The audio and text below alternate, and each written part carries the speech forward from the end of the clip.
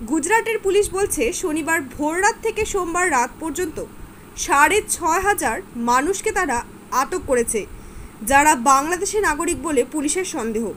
তবে নিশ্চিতভাবে ৪৫০ জন বাংলাদেশিকে তারা চিহ্নিত করতে পেরেছেন বলে সোমবার জানিয়েছেন রাজ্য পুলিশের মহানির্দেশক বিকাশ সহায়। সংবাদ সংস্থার মাধ্যমে জানা যায়, সোমবার রাতে মিস্টার সহায়কে উদ্ধৃত করে জানিয়েছে, নথির ভিত্তিতে এখনও পর্যন্ত এটা নিশ্চিত করা গেছে যে ৪৫০ জন বাংলাদেশি নাগরিক বেআইনিভাবে এখানে থাকছিলেন। আটক হওয়া বাকিদের জিজ্ঞাসাবাদ চলছে।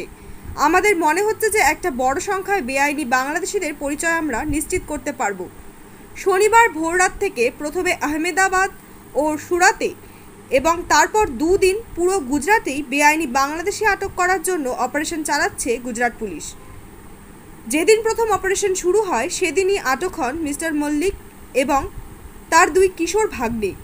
বাংলাদেশের সন্দেহেই এদের আটক করা হয়।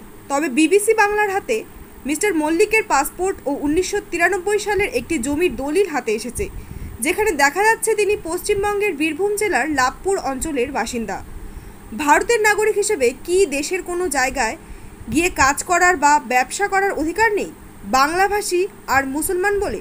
প্রশ্ন আসিফ ফারুকের প্রশাসনের কাছে। घर वर भी नहीं हमारे, तो हम कहाँ जाएंगे बच्चे लेके, बुढ़ा बुढ़ी लेके हम सबको? এ ব্যাংকের দেশে বহুত কষ্ট হচ্ছে। এখন কোথায় যাব জানি না, কোথায় থাকবো এটাও জানি।